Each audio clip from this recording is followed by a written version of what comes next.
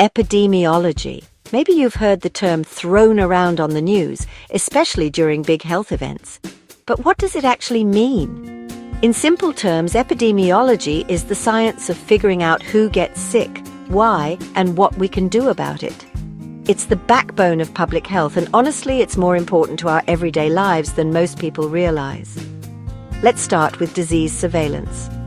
Picture a global network of health detectives, constantly monitoring illnesses like influenza, tuberculosis, HIV, and even new threats like COVID-19. Thanks to epidemiology, these experts can spot outbreaks early, track how diseases spread, and make quick decisions to keep us safe.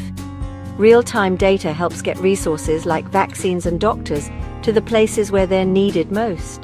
But epidemiology doesn't just focus on infectious diseases. It's also about uncovering the root causes of lifelong health issues.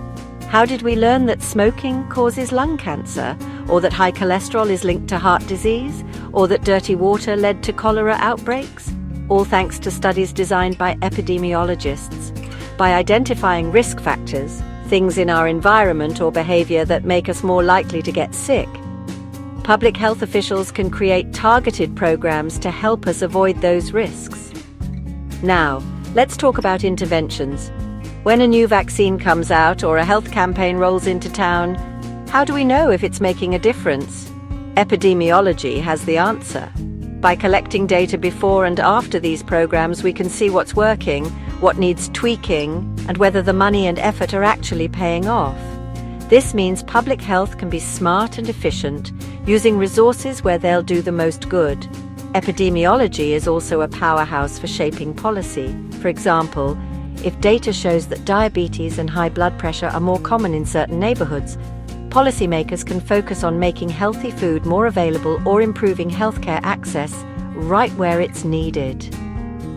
During the COVID-19 pandemic, epidemiologic evidence guided tough decisions on lockdowns, masks, and vaccine rollouts, helping leaders protect as many people as possible.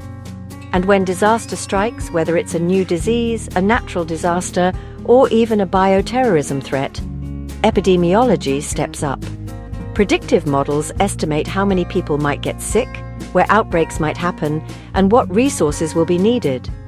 This kind of preparation can mean the difference between chaos and a coordinated, life-saving response. Lastly, epidemiology shines a light on health inequities.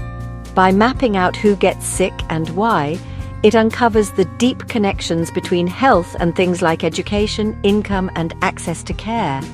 This helps create fairer, more effective solutions. So everyone, no matter where they live or what they earn, has a shot at good health. So the next time you hear about a new health policy, an outbreak on the news, or a new screening program, remember?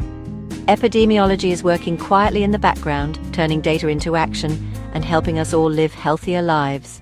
Thanks for watching.